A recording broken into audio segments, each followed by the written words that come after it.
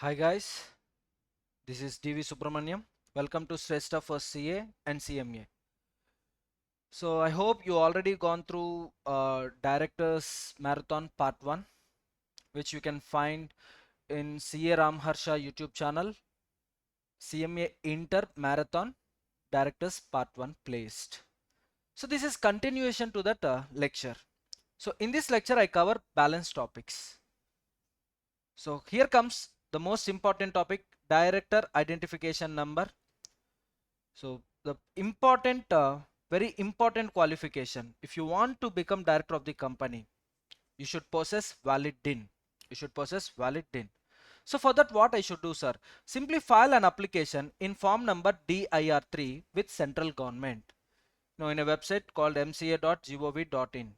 And along with that application, you need to attach certain documents like PAN, Aadhaar, residential proof, nationality, residential proof, nationality, address proof, everything. You need to attach these documents, and this form shall be verified by a CS who is in full-time employment with company, managing director, CEO, CFO of the company. So simply I call them as managerial person. So it should be verified by CS who is in full-time employment, managing director, CEO, CFO of the company.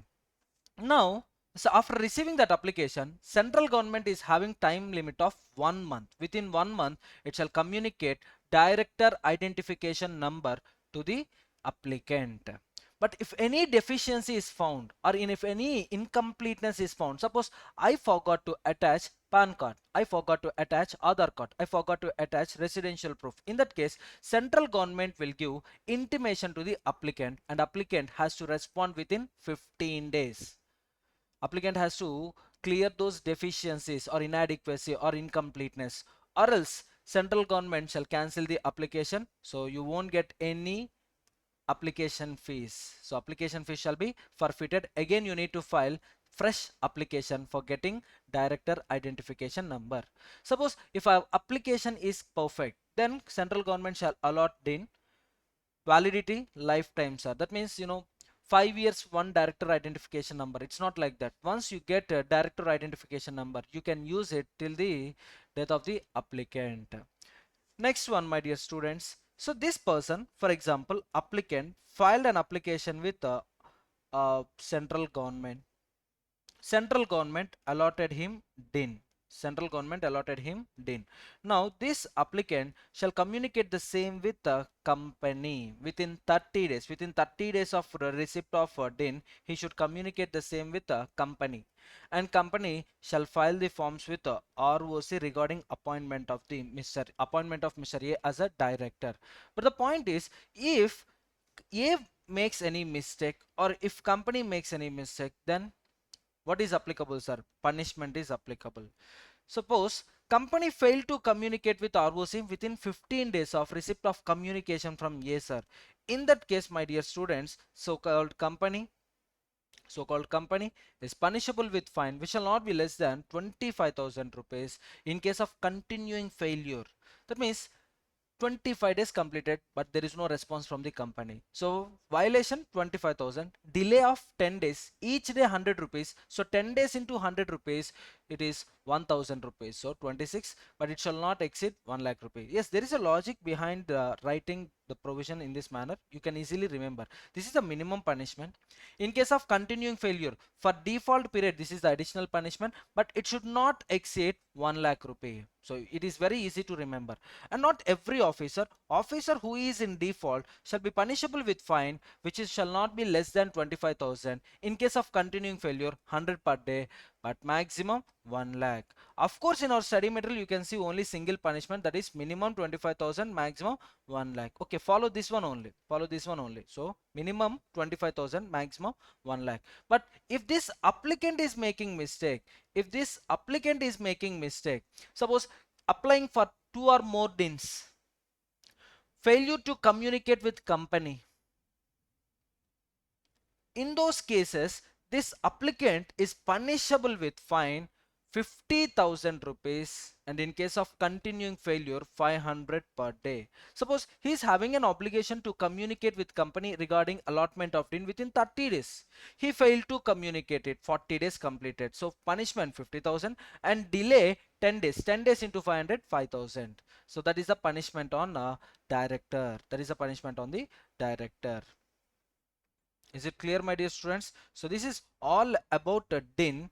You can observe here. You can observe in the study material also. So one important point is, sir, I applied DIN under 1956 Act, sir. Is there any obligation on me to take new DIN under New Companies Act, sir? No obligation. Moreover, you are not allowed to take new DIN. So old Act DIN equal to new Act DIN. No need to apply for new DIN. And once DIN is allotted, it is valid for lifetime. Lifetime validity. Understood? Next one, next important topic is very important topic, disqualifications of the director. Very important, disqualifications of the director. That means a person who was proposed to be appointed as a director, initially, there is a committee in the company, and the name of the committee is Nomination and Remuneration Committee. That Nomination and Remuneration Committee shall recommend a person to act as a director.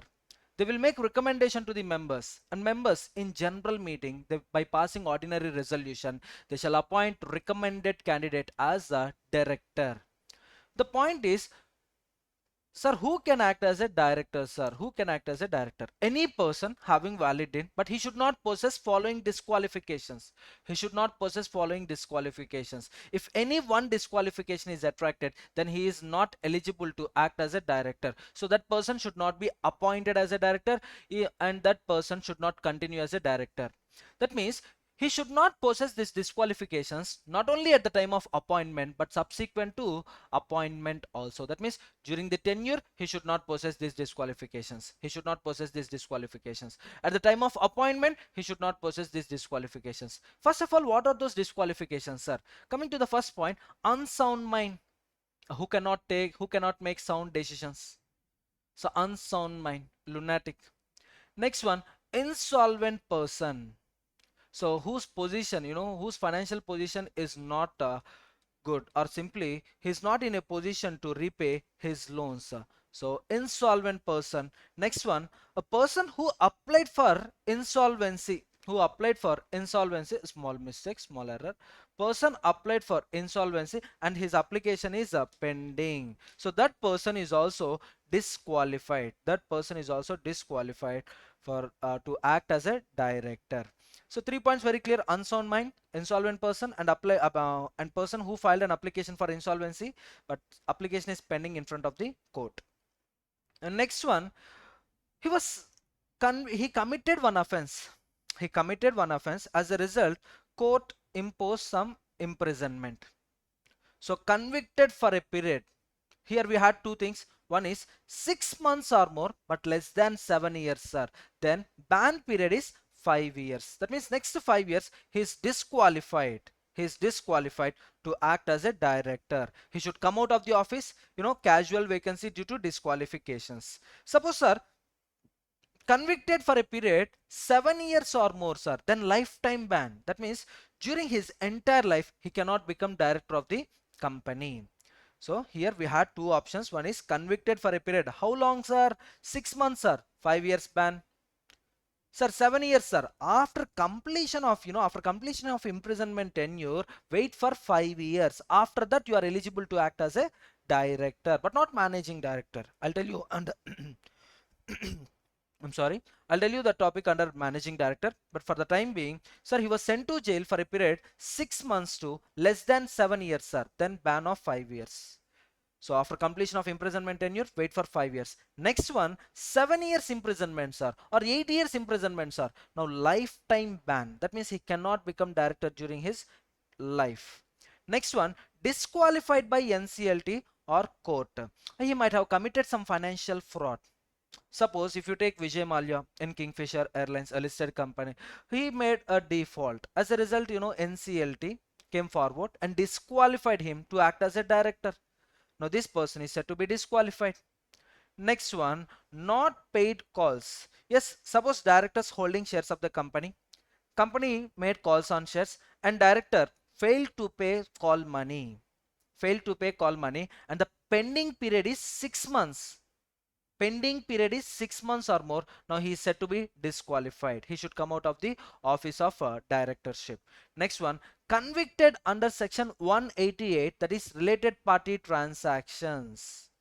So in case of related party transactions, director has to intimate his interest in the transaction and he should be prohibited from casting oath with respect to related party transactions. But if he make any fraud in related party transactions, let me give a small example. Suddenly, I'm doing a business under sole proprietorship of organization. If my relative enters into the office, I'll provide services or I'll sell the goods at cost only. Coming to the ordinary customer, I will sell it at,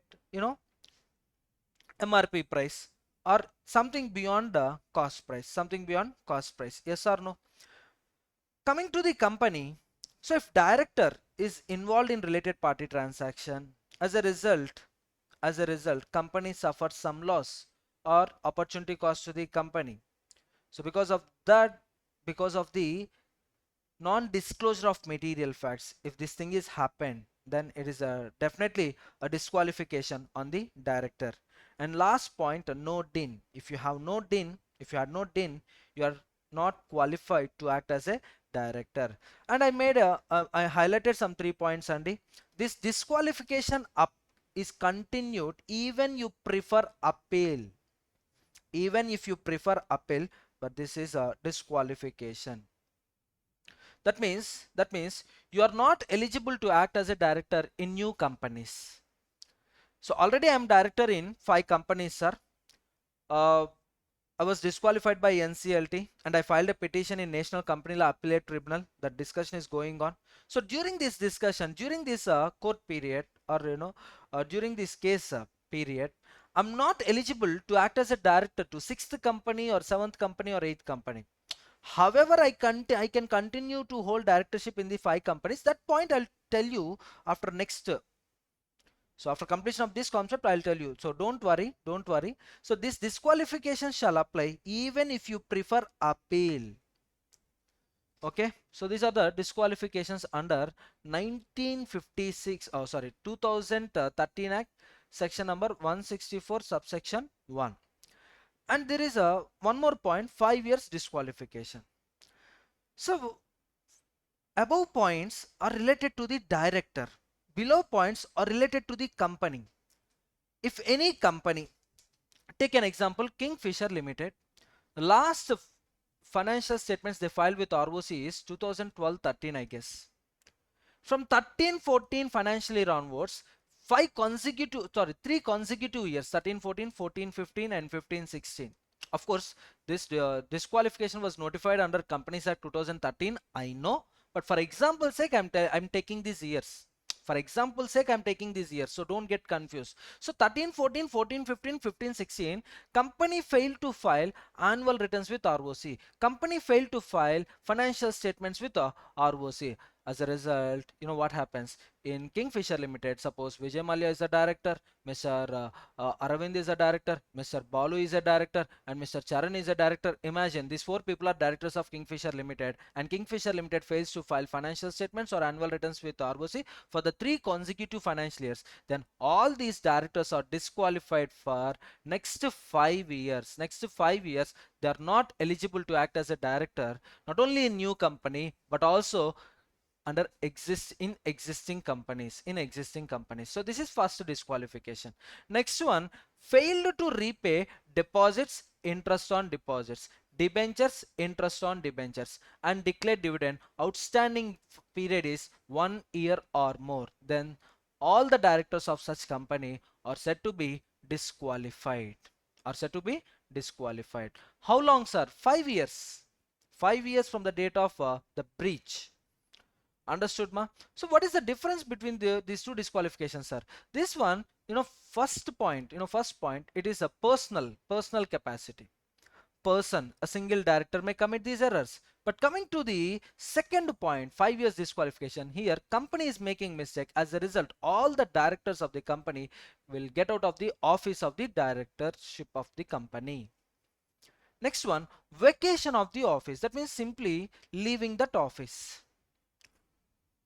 So get out from my office. So vacation of office. Whenever a disqualification under section 164 get attracted, the moment you facing disqualification, you automatically, it leads to vacation of office. Suppose at the time of appointment, Mr. Vijay Mallya is solvent person. After 3 years, he became insolvent or he was disqualified by tribunal. Now it leads to automatic vacation of the office. That means that position remains vacate. That position becomes vacate. So promoters of the company shall appoint another person as a director. In the absence of promoters, central government shall appoint the certain persons as a director. They will continue to hold directorship till the conclusion of upcoming AGM. Okay, next one. If a director is absent to all board meetings preceding 12 months, there arises a disqualification and you need to vacate from the office. Next one, contravention of section 184, failure to disclose interest in the transactions, related party transactions. It leads to vacation of the office. Next one, fails to disclose interest under section 164. Similar points.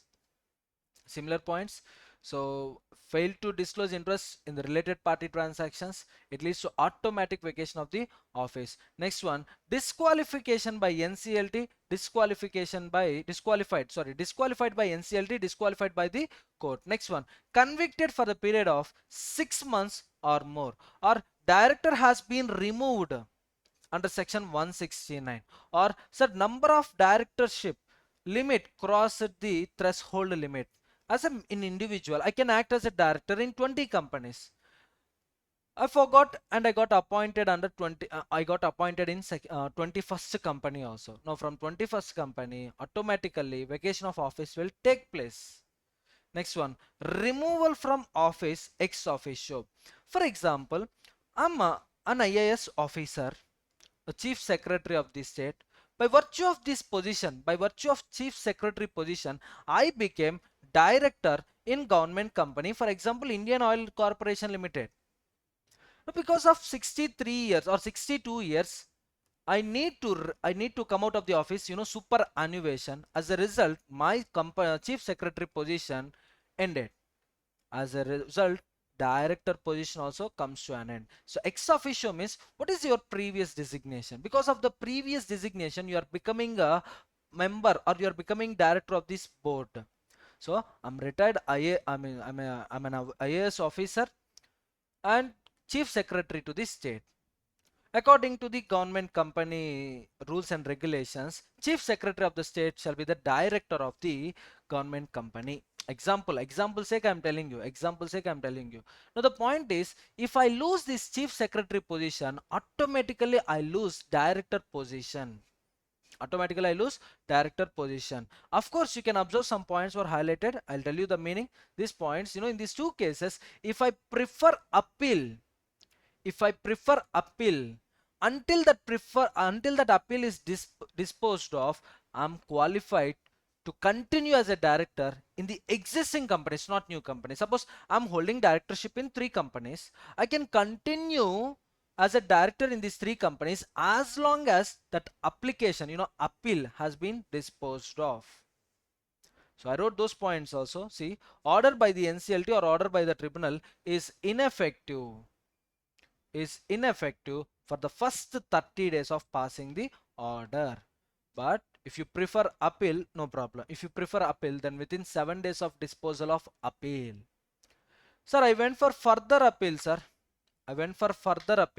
Oh my goodness. Okay, then that within 7 days of further appeal disposed of, you are not said to be vacated from the office of director. So once again, I'm telling you, my dear students, what is the difference between upper point and niche point? So what is the difference between first point and second one? Because of disqualification, you need to vacate from the office of the director.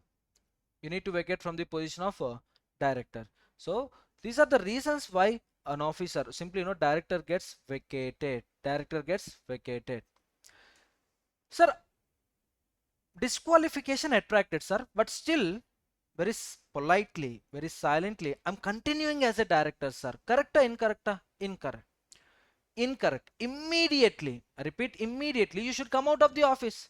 But still, if you're using the powers, then you're subject to imprisonment up to 1 year or fine minimum 1 lakh rupee, maximum 5 lakh rupee. So repeat, minimum 1 lakh rupee, maximum 5 lakh rupee. Sometimes both. Sometimes both. So this is the punishment in case disqualifications got attracted, but still you are not coming out of the office. I'll explain you each and every point. Don't worry, don't worry. So disqualification, first one I explained. Second one, preceding 12 months board meetings, if you fail to attend, no worry, no need to come. You just take rest because you already vacated. Understood, ma? Removal, all those, don't worry, I'll tell you.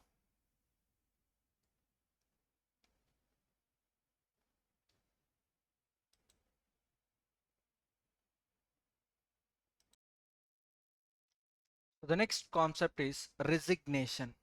The next concept is resignation. So any person, if he is not willing to continue as a director in the company, there might be reasons.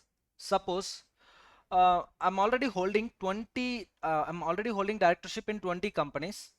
Just now I got an offer in Reliance Industry Limited. Can I accept that offer, sir? No. Why? Already my number of directorship is 20. So now what I will do? So out of 20 companies, I'll give letter to one company. I'll give resignation letter to one company. Sir, from this date onwards, I'm no more a director to your company, sir. Like that, I will give an intimation.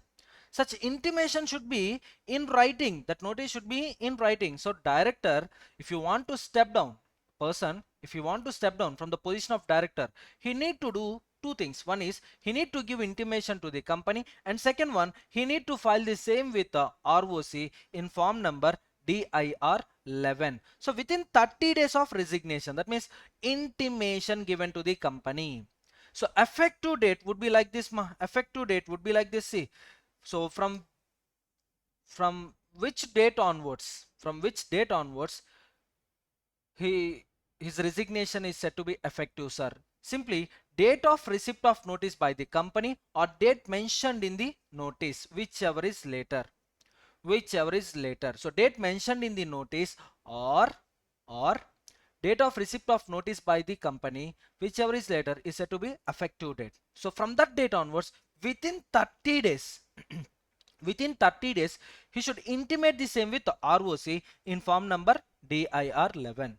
Company is having one duty, it should file DIR 12. See, DIR 12 is used whenever there is change in directors Sunday. Whenever there is change in designation of directors, composition of directors, we use form DIR 12, and such DIR 12 shall be filed within 1 month on receipt of notice. With whom company shall file DIR 12, sir? With ROC. So totally two duties. Director should intimate company, director should intimate ROC, and company should intimate ROC. Next, company has to publish that information in company website. So and so person got resigned because there is a concept called contract of agency, and as long as agent is acting, principal is liable. Suppose if principal terminated agent or agent resigned from the agency, now this should be given to the public, so that act of agent will not create any binding obligation on the principal. That's why company should give that information. So public at a large not possible. That's why publish it in website, company website, and place it in the board report. So and so director got resigned. He resigned on so and so date, so and so time, so and so date. And this board report should be placed in next annual general meeting. That means we are giving intimation to the members of the company. Next one, effective date, already I discussed. Next, liability. Suppose, sir, this fellow is holding directorship in this company, in Kingfisher, for example. I got appointed on 1st March 2010. So date of appointment as a director, 1st March 2010, and date of resignation is 31st March 2020, sorry, 2013. Now from 1st April 2023 onwards, 2013 onwards, I'm not responsible. But acts done during this time period, 3 years, 1 month, I say. So acts done during this time period, if there is any illegality or if there is any unlawful activity, I'm subject to punishment. I'm subject to punishment. Sir, what happens if all directors submit resignation form, sir? Then new appointment shall be done. Who will appoint new directors, sir? Promoters of the company. Suppose promoters are not there, sir. Promoters are not there. So if you take ITC company, ITC Limited, it got incorporated in the year 1910. Promoters, do you think in the year 2022 promoters shall continue only? No. In that case, central government shall come forward and it will appoint some persons as directors, but the tenure is till the conclusion of next AGM. So in the AGM, members should appoint new persons as directors, or members should reappoint, or members should consider the existing directors. So this is all about resignation, ma. This is all about resignation. You can see in study material also, resignation, time period, form numbers, everything I covered. Next one, removal of a director. Removal of director. Now this concept is similar to the section 115. Section 115. This concept is similar to section 115 of Companies Act. Resolutions requiring special notice. Resolutions requiring special notice. If you are already a CA inter student, it is very easy if you go through section 115. So members satisfying certain criteria, that is paid up share capital 5 lakhs or more, or 1% of voting power, they will file a notice in writing at least 14 days prior to general meeting with a company. Suppose Mr. Cyrus Mistry. Mr. Cyrus Mistry is a director of Tata Group of Companies. Certain members, they're thinking, no, we should not continue Mr. Cyrus Mistry. We should remove him. Then what procedure they need to follow, sir? Very simple. Members holding at least or not less than paid up share capital of 5 lakhs or more, 1% of voting power shall file a notice with company. And the length of notice, that means, so general meeting, suppose general meeting 30th April 2022. So from here onwards 14 days. These 14 days, 14 clear days. That means date of notice, date of meeting shall be excluded. So length of the notice, you should give 14 days prior intimation to the company. Now what company will do, sir? Company shall forward the same copy to director. That means, company will give intimation to director. Directors up, members are not interested in you. They want to remove you in the upcoming general meeting.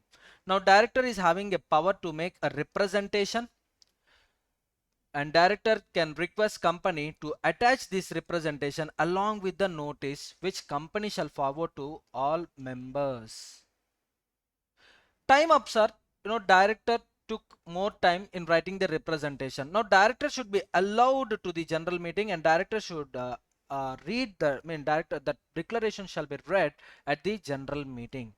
Either of the options should be selected, but this can be avoided if company files a petition with NCLT stating that, sir, the director using this power for defamatory matters, it requires, it doesn't require any publicity, sir. Simply in the detrimental interest of the company, he is misusing that power, sir.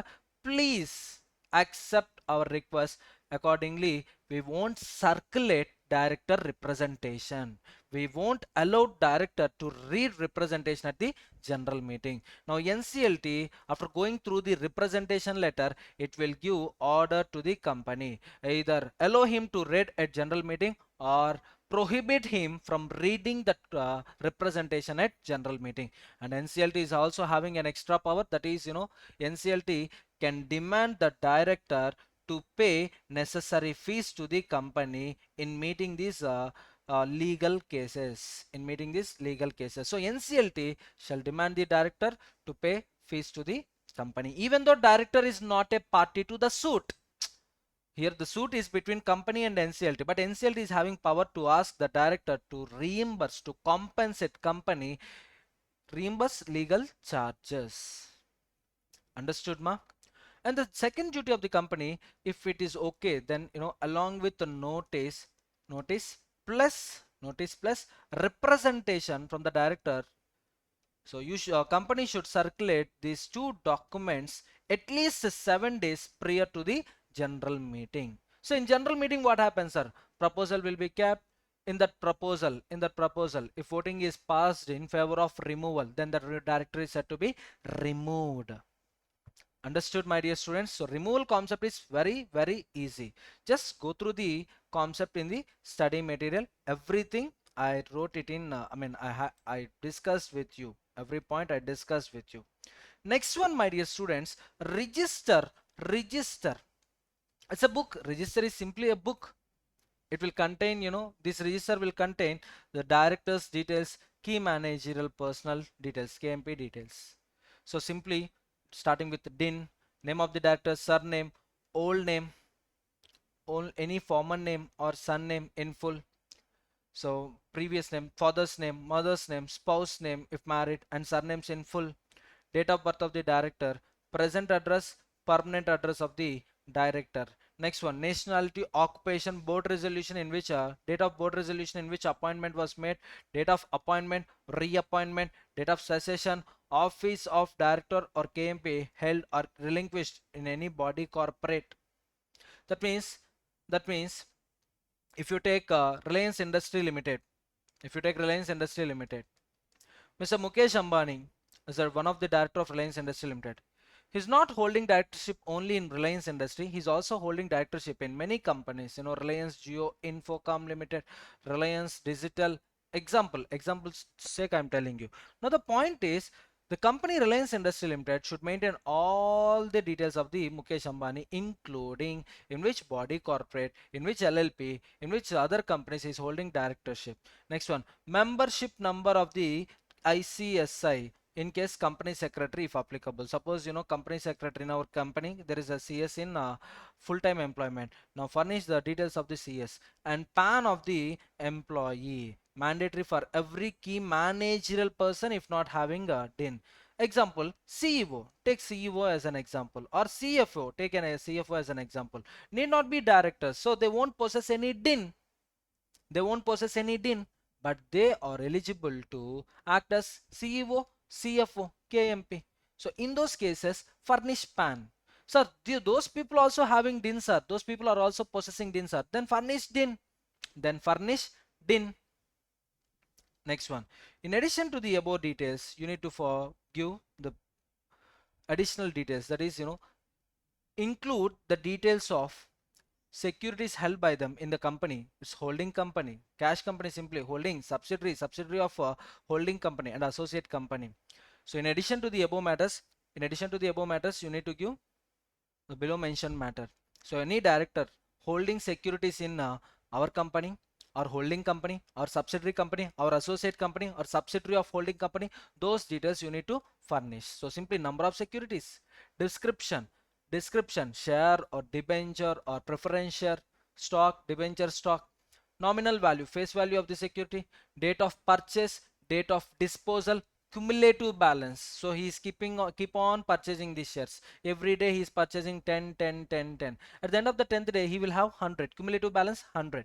Mode of acquisition of securities. Is it a allotment case or transfer case or transmission case? Mode of holding physical or in demat form. So physical security or demat security. Whether securities have been pledged or any encumbrance has been created in the securities. So if director had pledged any securities of the company, that information shall be given in this register. So simply register means it's a book contain details of the directors.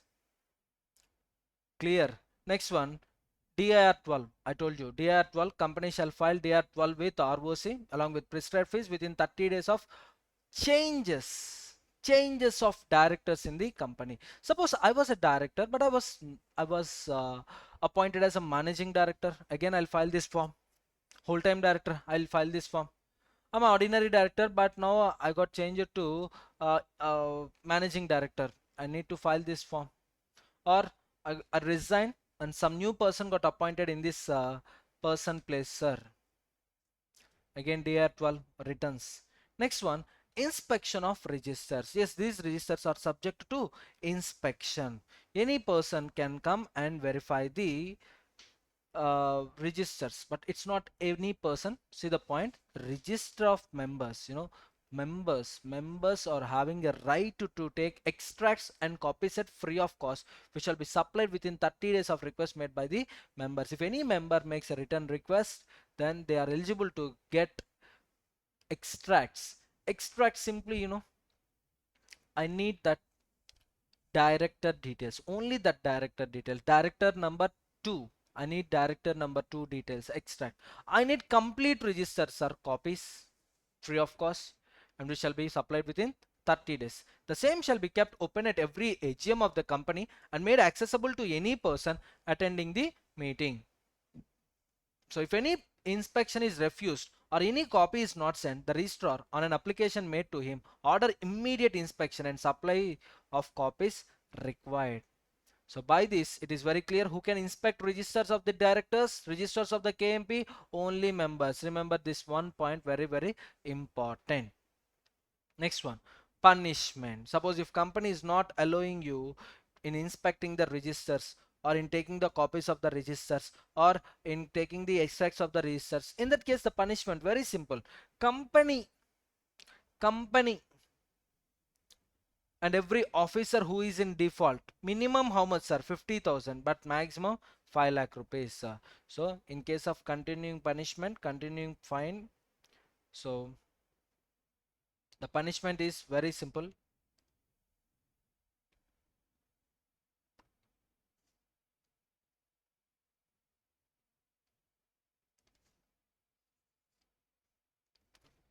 That is 50,000 to 5 lakhs. 50,000 to 5 lakhs. Minimum 50, maximum 5 lakhs.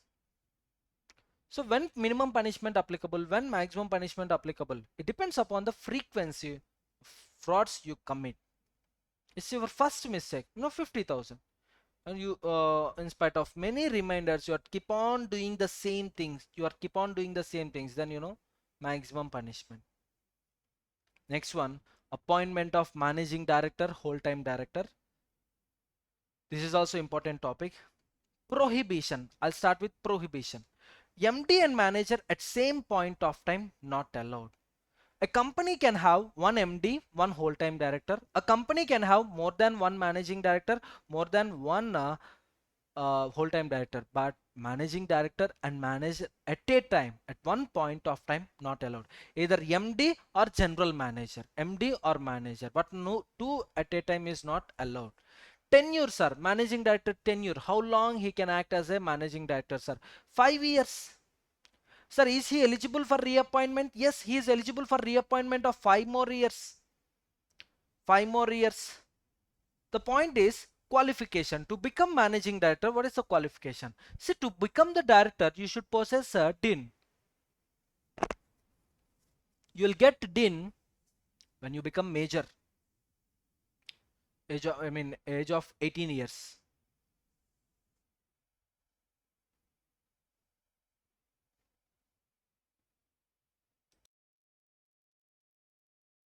So here there is a restriction on the age limit.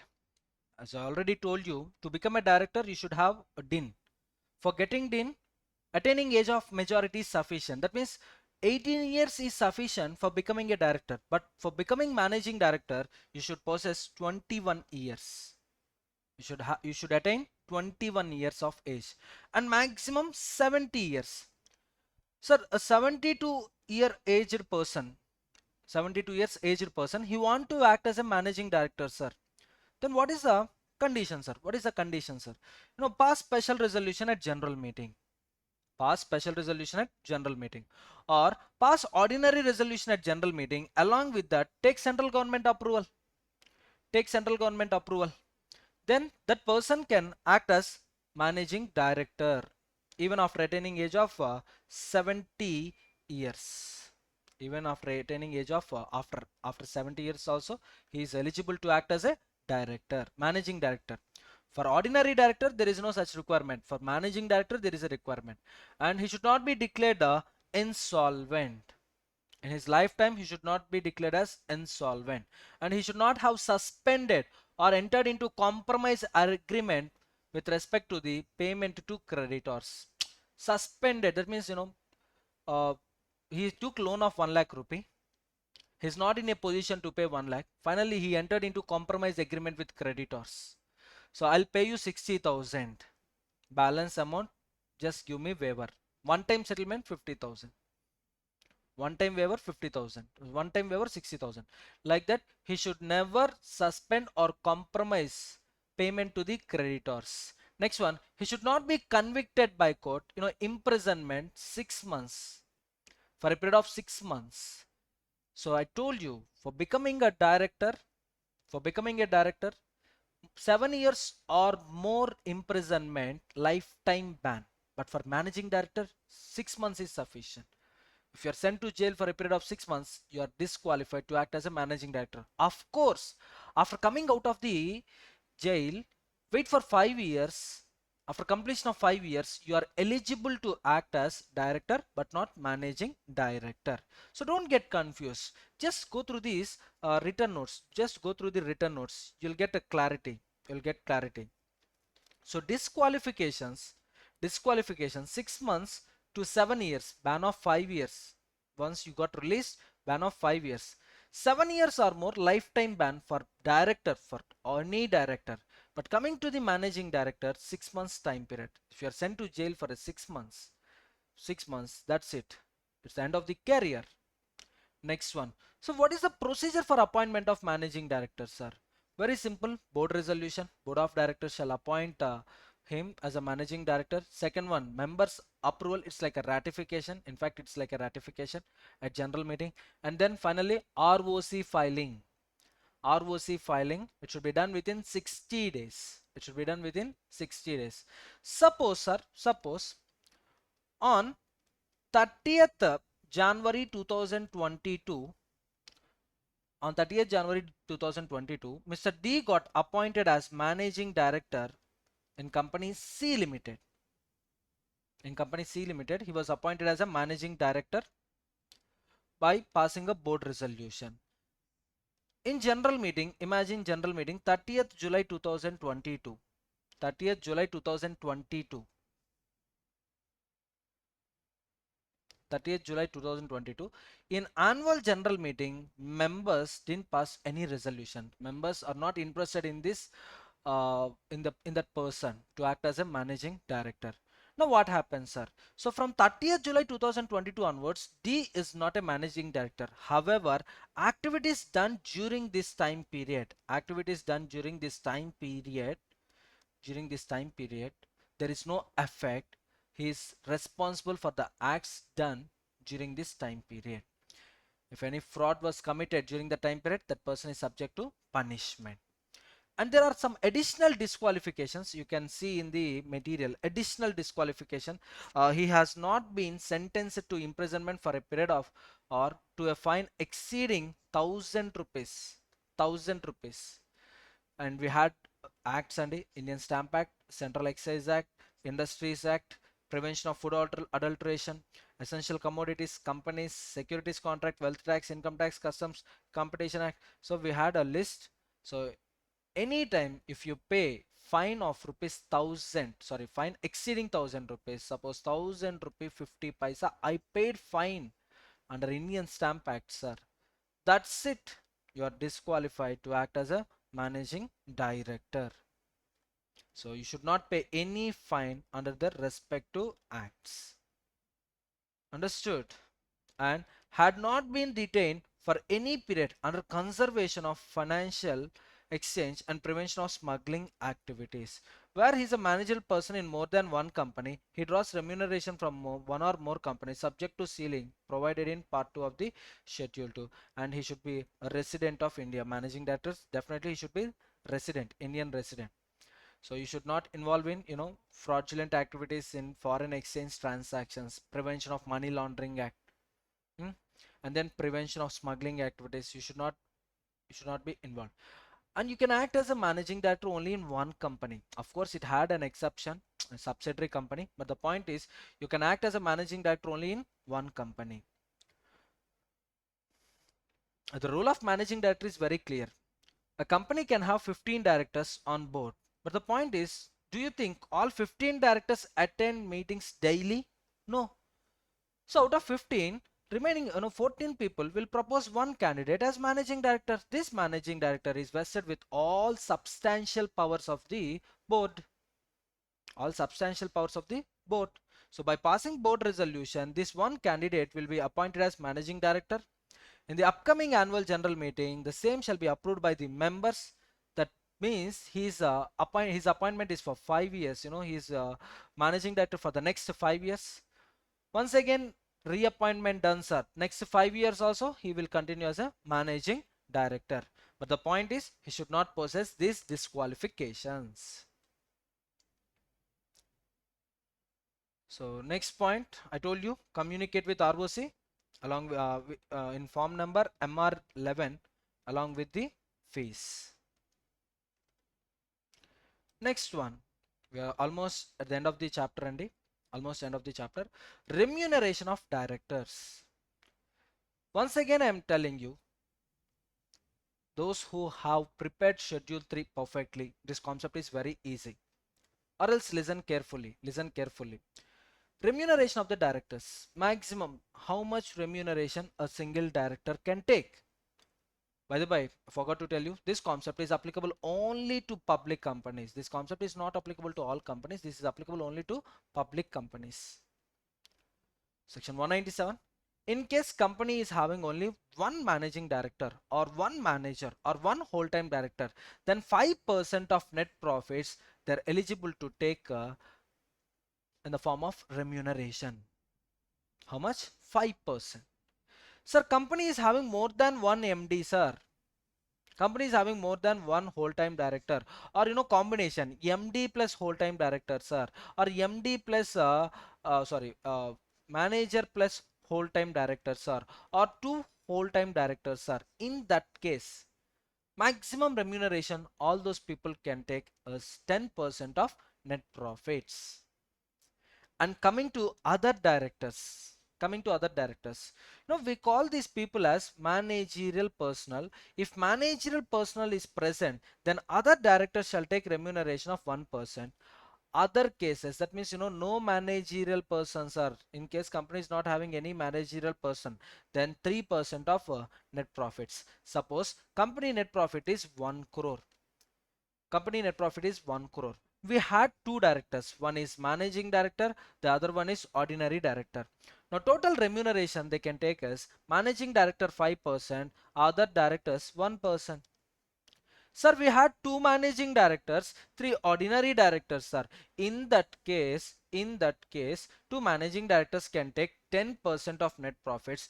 Three ordinary directors can take 1% of net profit. Total maximum limit 11%. In any case, it should not cross 11%.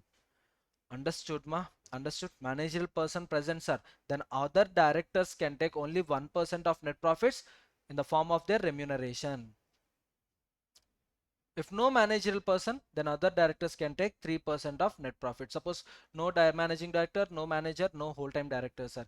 In that case, all directors are ordinary directors. They can take 3% of net profits as their remuneration. Next one.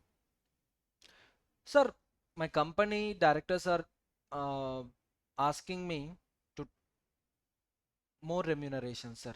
They want more remuneration, exceeding 11%, exceeding 11%, sir. In that case, special resolution is required. Special resolution is required for paying remuneration exceeding the limits. And Sir, company committed default in repayment of loans to the banks, public financial institutions, debenture holders, secured creditors. In that case, approval from these people also required for payment of remuneration exceeding limits. So this is a normal case, ma. This is a general case, general rule, special resolution from members in case company is interested in paying more remuneration.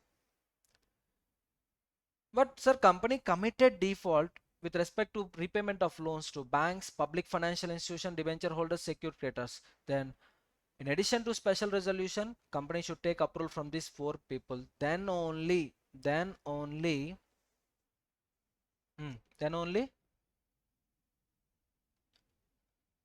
additional remuneration can be paid.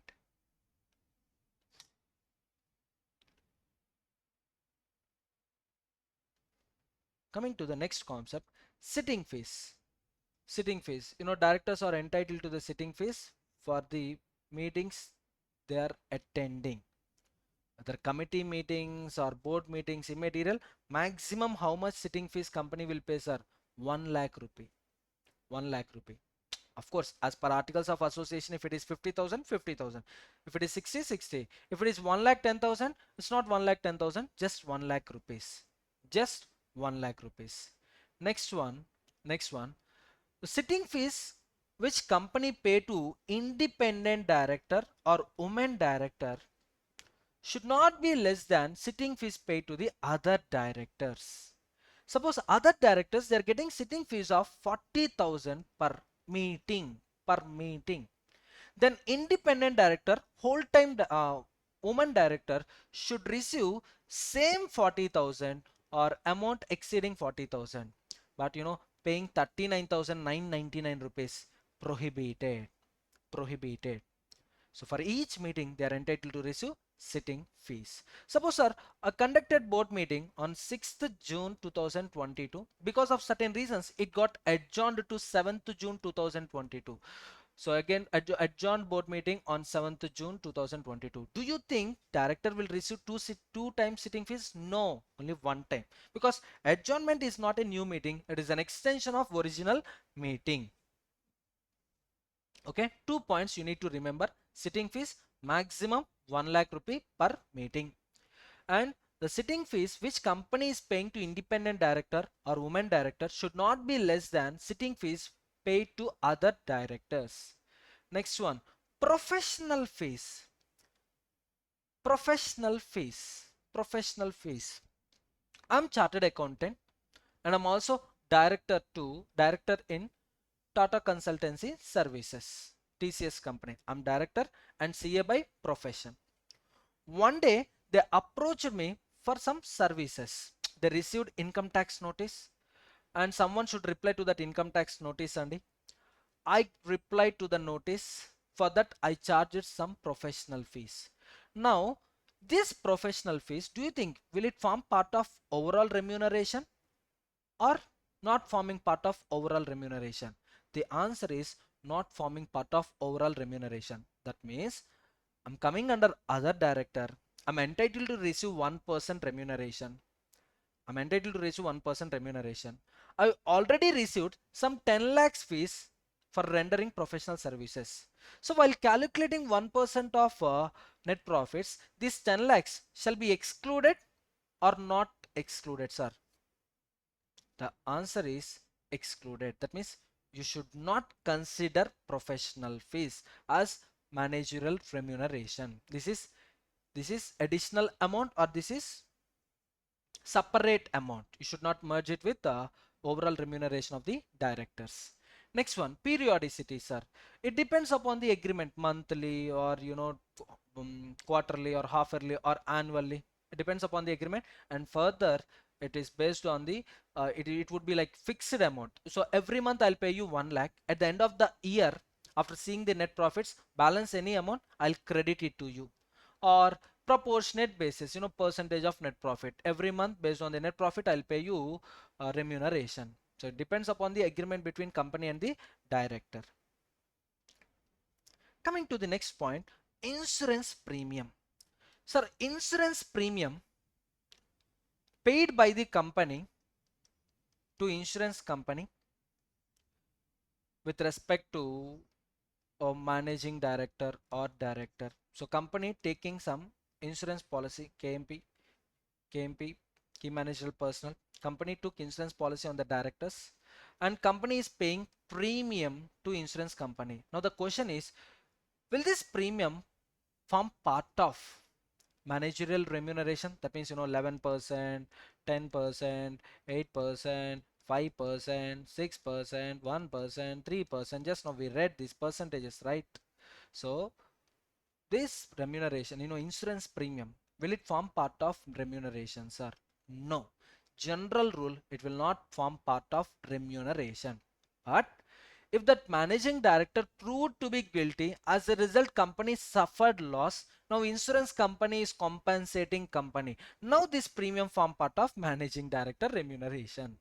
As long as managing director is good enough, that premium we will charge it to profit and loss account, and it is not a remuneration to the, it is not a remuneration to the, it will not form part of remuneration.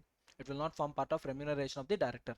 But if managing director is proved to be guilty, then that premium shall be considered, that premium shall be considered as remuneration to the managing director. Very simple. Managing director is entitled to receive remuneration of 12 lakhs per annum, and company paid 1 lakh rupee insurance policy premium. Policy premium is 1 lakh rupee. Policy premium how much? 1 lakh rupee. Suppose managing director so far he took 10 lakhs and a balance amount. You know how much amount he is eligible to take? 2 lakhs. As long as he is good, as long as he is good, this 1 lakh policy amount is not part of remuneration, will not form part of remuneration. But the point, my dear student, but the point, if this person is proved to be guilty, now add this 1 lakh to the remuneration, so total how much? 11 lakhs. He is not entitled to 2 lakhs and he is entitled to balance 1 lakh rupee. Next one, duties of the director. Duties of the director. Every director should act according to the articles of association. In articles of association, members will write the duties of director, so they should perform all those duties. And while performing, while executing the duties, they should act in good faith, and they should promote objects of the company. They should promote objects of the company. See, everything, it is not possible to write everything in the articles of association. In case of emergency situations, director can act in good faith in the interest of the company in promoting objects of the company, and director should exercise duties with due and reasonable care. See, director should not be negligent, and simply director should not be negligent. He should not think like this: are money belongs to members, if any loss happen, are loss to the members only right now, so don't worry, come on, do the things. He should not be like that. He should exercise his duties with utmost care, reasonable care, and that means if business belongs to the director, what level of care he will exercise, that level of care he should exercise while executing his duties. And 100% he should avoid conflict of interest. That means, example, uh, he is going to market to purchase some items for company. Real cost of the items is 10 lakhs. Now director is thinking, let's make bill as 12 lakhs so that I can earn profit of 2 lakhs. Permitted, Andy? Not permitted. Or, director asking relative, tomorrow come to my company along with this material. You just purchase material for 10 lakhs and you give invoice for 12 lakhs. I'll pay you 12 lakhs so that you can earn profit of 2 lakhs. Understood? So maximum, it's not maximum, 100% he should avoid conflict of interest. And assignment is not possible. Assignment means, delegation, further delegation. Company appointed D as a director. Now D should not appoint, for example, A. So D is telling company, I'll leave the premises for 1 year. So during this 1 year, A will act as an agent to you. A will act as an agent to you. So assignment is not possible. That means, I got these duties under one delegation. Now further I can't delegate to another person. I can't delegate it to another person. If you violate any of these duties, punishment very simple, fine, which shall not be less than 1 lakh, but which may extend up to 5 lakhs rupees. Next one, powers of the board of directors. So what are the powers of the directors, sir? They can exercise all the powers of company, because company stands in the position of principal, director stands in the position of agent. Now, what are all the things principal can do? All those things agent can also do. Similarly, what the things company can do, all those things Mr. Director can perform.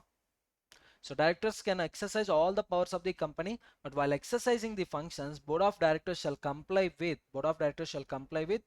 MOA, Memorandum of Association, AOA, Companies Act, and any regulations which are additional regulations which are specified in general meeting. Any additional regulations specified in general meeting. So comply all these 4 points while exercising the powers.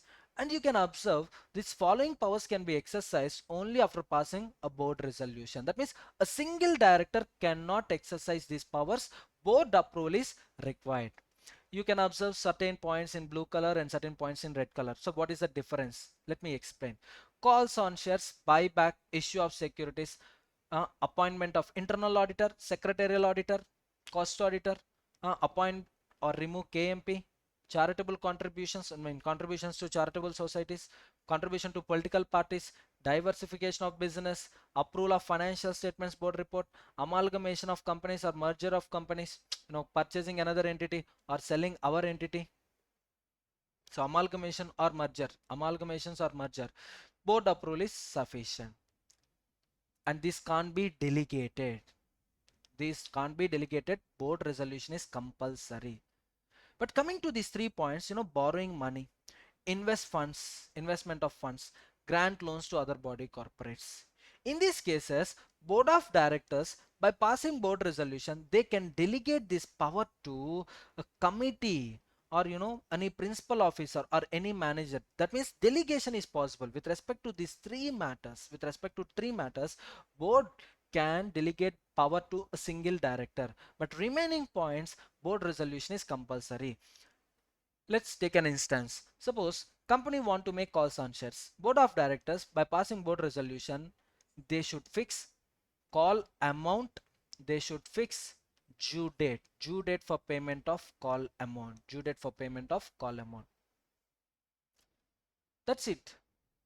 Delegation is not possible. Delegation means, so board of directors calling managing director, MD, we are giving substantial powers to you. You fix call amount. You fix due date for payment of call amount. Possible or not possible? Not possible, sir. I repeat, not possible. Next one. So banking companies, are not covered. So banking companies are not covered. That means I'm explaining all these powers of a company, normal company other than banking company. Of course, company may impose restrictions on the powers through regulation in articles of association. Through regulation in AOA, company can definitely impose restrictions on the powers. Sir, how restrictions can be placed? And then situations where restrictions can be placed, sir. Very simple. In case of restrictions which are placed in AOA, or which are specified by Companies Act, the activities specified by Companies Act. So in these cases, board can exercise those powers subject to special resolution in general meeting. That means members' approval is required. For fixing calls on shares, members' approval is not required. For borrowing money, members' approval is not required. Board approval is sufficient. But these cases, we had some 4 cases, These cases, one is leasing, sale of undertaking, or substantially part of undertaking. Suppose our factory, our business, we are selling that business, or we are giving same business to another person on leasehold basis. Or investment otherwise in trust securities. That means other than government security, other than trust securities, if I'm making investment, which amounts are amount received as a result of compensation from the merger amalgamation. That means any purchase consideration, any amount a company is receiving under the scheme of merger or amalgamation. If you want to invest that amount in other securities other than trust securities, it requires members approval. That is a special resolution. Next one. Outstanding borrowings plus new borrowings. If they exceed paid up share capital, free reserves and securities premium, then also special resolution from members is required. My paid up share capital 60 crores, free reserves 30 crores, security premium 10 crores. So total 100 crores. Already borrowed some 95 crores. Company outstanding balance 95 crores. Now company want to borrow 6 crores. So new borrowing how much only? 6 crores. To borrow these 6 crores, a special resolution is required because 95 plus 6 becomes 101. 101 is greater than 100. Sir, suppose it is just 3 crores, sir. Then board approval is sufficient. Powers of the board of directors. Powers of the board of directors. You can see here. Borrow monies. Are you getting my point? Borrow monies. Next one, last point. While counting this, 95 plus 6, 101, any temporary loans, short-term loans, working capital loans shall be excluded, Next one, remit or extend time for repayment of debt due from director. Our company gave some loan to director. The due date for this loan is 31st March 2022 and director is requesting for 6 months. He wants 6 months more. 6 months more. In that case, board of directors can extend the due date provided they need to take approval from the members. Or else, company interest gets affected. Company interest definitely gets affected. Last but one point, it is all about contributions. Charitable contribution under section 181. Charitable contribution. So company can make a contribution to the charitable entities, charitable societies.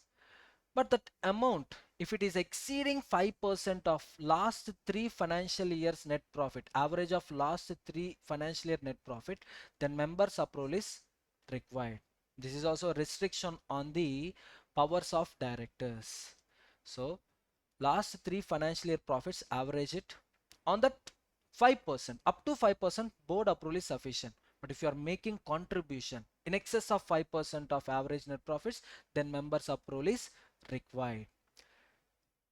Political contribution. First of all, political contribution. How can we make political contribution? Two ways, and direct contribution, indirect contribution. Direct contribution means giving money directly to the political party. Indirect contributions are spending money on political meetings. Suppose one political party want to conduct meeting in Hyderabad, say for suppose 8th June 2022. Now pamphlets, advertisement cost, meeting expenses, everything company is bearing. Now is it a political contribution, sir? Yes. Is it a political contribution? Yes. But this political contribution is indirect. Indirect political contribution. So section 182 covers both political contribution, directly, indirectly. Amount spent directly or indirectly, both shall form part of section 182. So coming to the eligibility, any company can make political contribution except two companies. A government company can't make political contribution because government company is for public. It is for public. If you take example of Indian Oil Corporation or Bharat Petroleum Corporation, government company is prohibited from making political contributions. Next one, company with experience of 3 years after incorporation, up to 3 years, 3 years of incorporation, that company is not qualified to make political contribution. Except these two company, any other company can make political contribution. The first prerequisite is board resolution. Board resolution is required for making political contribution, and you need to make disclosures both in profit and loss account as well as board report. But the disclosure should be in detail. So political party, how much amount you contributed, the disclosure should be made separately in profit and loss account, and cash mode of the contributions are strictly prohibited. If you want to make political contribution, only through banking channel, NEFT, RTGS, account pay checks, demand drafts are permitted. So cash mode of political contribution is strictly prohibited. If you make cash mode of contribution, if you violate the provision, then punishment, Company is punishable with 5 times of amount paid. Suppose I can make political contribution up to 2 lakhs and I made contribution in cash mode. Now company is subject to punishment of 10 lakhs, officer in default 5 times of contribution, and imprisonment up to 6 months. Up to 6 months. It might be 0 days, or it might be 1 month, it might be 3 months, it might be 6 months, but it should not be more than 6 months. It depends upon the frequency of mistakes he commit. And national defense contribution. So contribution towards national defense, security, military, navy, army. The point is, board resolution is prerequisite. Without board resolution, you can't make contribution to national defense, and you can contribute only to the funds notified by central government. So simply some people keeping the name National Defense Fund, you are not allowed to make contribution to that fund. If that fund is notified by central government, then only you can make contribution to that fund, and separate disclosure is required in profit and loss account. So with this, directors chapter marathon completed. All the best.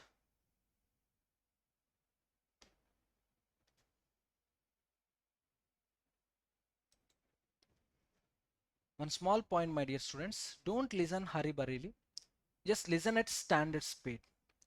And with this directors marathon completed, in my next lecture I'll cover industry laws marathon. So as exam dates are coming nearer, so we are giving these videos part wise, but for December 2022 we'll make complete law marathon.